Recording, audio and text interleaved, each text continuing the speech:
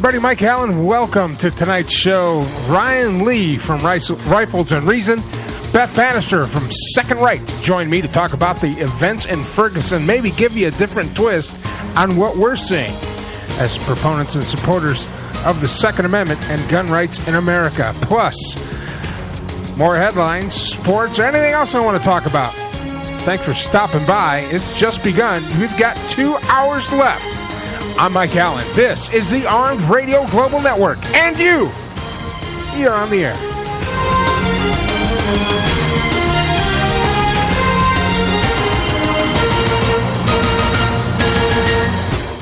Hi. Now I know you hear Joe Rocks and the Dog on their weekly restaurant reviews on Night Talk, 10 p.m. Eastern. And boy, these two like to eat. Right, boys? Well, here's something to review right from your house. Eat24. That's right, Eat24.com. With over 25,000 restaurants for you to choose from when you're hungry. Many in your area. So review that, boys. Eat24.com. Click, order, and eat. Eat24.com. Are you looking to buy prescription eyeglasses? Family-owned and operated EyeFramePros.com is your online store for prescription eyeglasses. Select the eyewear of your choice from our variety of frames, fill out the prescription information, and place your order in no time. After this quick and easy process, you'll receive your prescription glasses in a few days. All major credit cards accepted. Visit us at EyeFramePros.com. That's EYEFramePros.com. See what you are missing.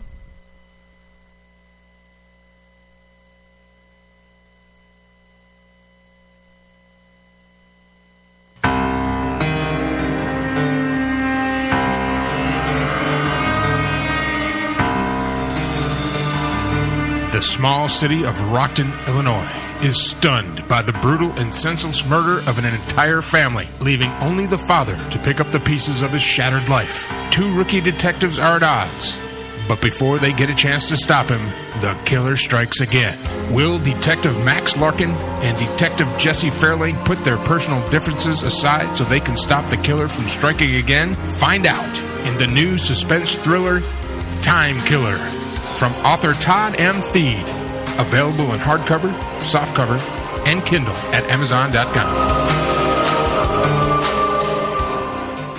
I stumbled upon a great new ebook website the other day that blew me away, and I thought you'd enjoy it as well. It's called ShebaBlake.com. In addition to the great variety of genres and titles, each ebook is only 99 cents. Whether you're a fan of drama, fantasy, nonfiction, poetry, romance, history, or something else, there's something for every reader, even young readers. Order your ebook in the downloadable format that works best for you today. Go to ShebaBlake.com. SHEBA Blake.com. I bust a shot on them, and one. For real though, I'm trying to see what that thing do. What up, this your boy Majesty the God. Make sure you go pick up the hottest single that's out right now. All systems go on iTunes and Google Play. Follow me on Instagram and Twitter at Majesty DAGOD 80 Entertainment. We in here. All I need in my life is a stay ready, all systems on go. Take a hit, then I pass it to the bro.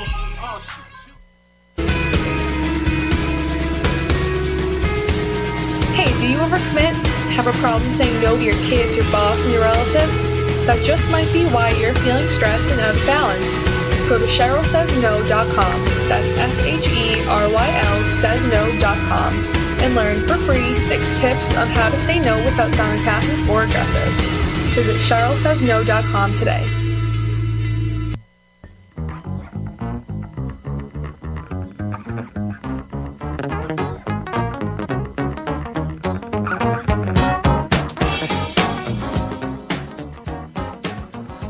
All right, welcome to the show. I'm Mike Allen.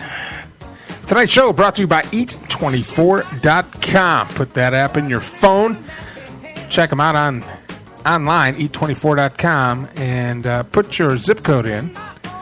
They will find restaurants around your area that will deliver their food directly to you. It's like having a food truck in your pants. It's not my line, but it's a pretty good one.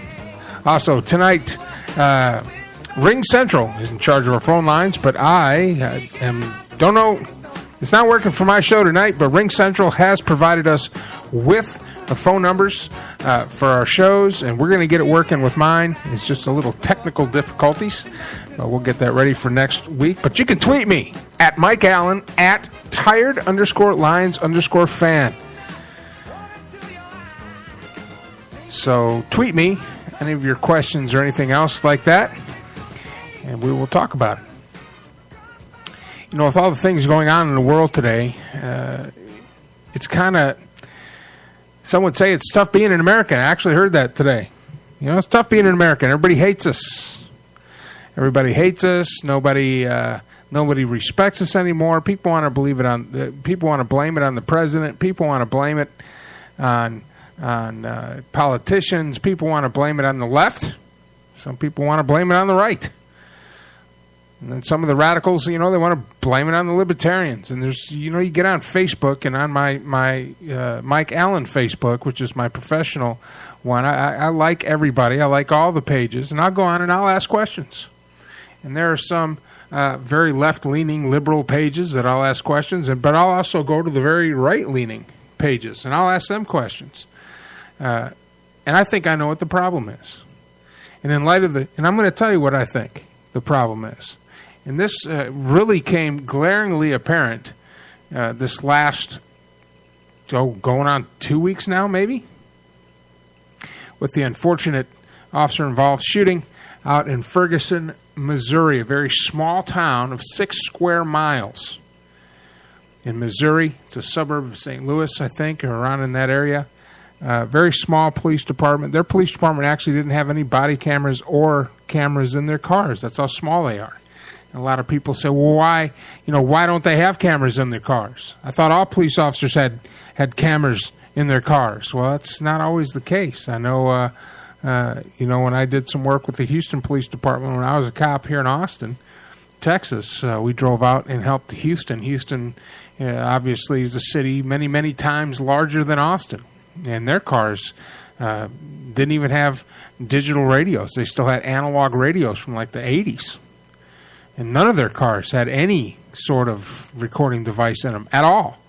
And they were really surprised that ours did. And we're kind of shocked about that. So, it just depends on the priorities of the police department. But this is, it concerns me as I watched Ferguson unfold. And later on in the second half, we're going to have Ryan Lee from Rifles and Reason. We're also going to have Beth Banister from Second Right come in here and talk to me about this, talk with me about their impressions of what's going on. But to tell you the truth, I'm very concerned about our country. And one of the things that I'm not going to do is I'm not going to blame it on an entity. I'm not going to blame it on a politician because really, let's face it, our politics has gotten so crazy now that our politicians don't even have any control. They're not even leaders, in my opinion.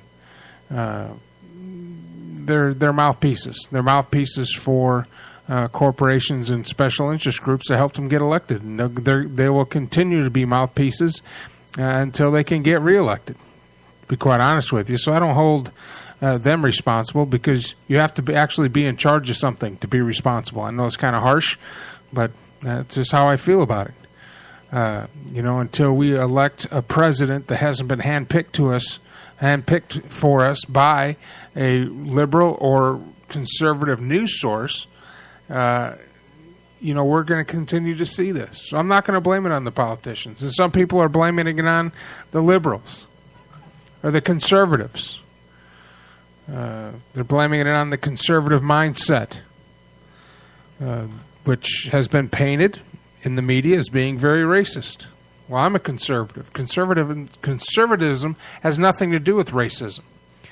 A true conservative is what conservatism is about. Really, is personal responsibility and understanding that actions have consequence. And it doesn't matter if you're black. It doesn't matter if you're white. It doesn't matter if you're Hispanic, Asian, Indian, Native American. Doesn't matter. Actions have consequences. And the consequences may not always be fair. They may not always be equal. But for every action, there'll be a consequence. And the freedom of how we live in the United States and how we as people conduct ourselves, it revolves around that personal responsibility of how we see ourselves and our actions and our ability and freedom to take the consequences, both good and bad, for those actions. And in watching the events unfold in Ferguson, it has made painfully clear that there are any instance where the propagandists can divide us, they'll do it. But I'm not blaming the press, because the press is acting on their self-preservation. The more sensationalized something is, the more they pander to what they believe their base audience is, whether it be MSNBC and CNN. CNN being a little more moderate these days. I think they're kind of getting away from the far left, but they still have their far left shows that are just nothing more than mouthpieces for the liberal agenda, really. And then you have Fox News, which is all the way on the other side, and they're nothing more than a mouthpiece for the conservative or Republican agenda, so-called conservative. I think the Republican Party is more conservative than the Democrat Party, but they're not true conservatives either, because the Republican Party wants to dictate morality.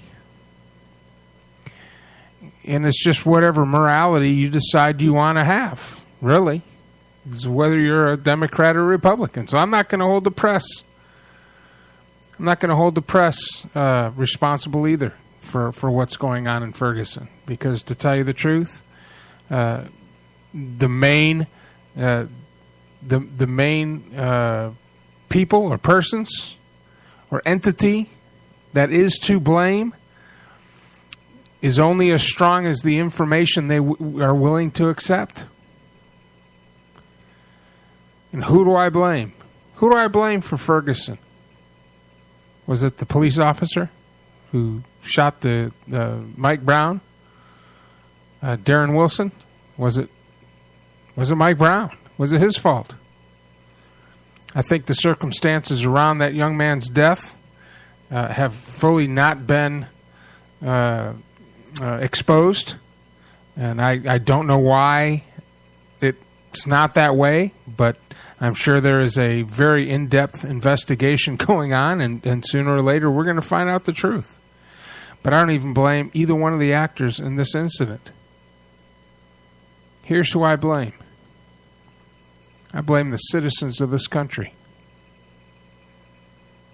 I blame the citizens of this country, my fellow citizens, me included, because we don't take the time and we don't make the effort to educate ourselves.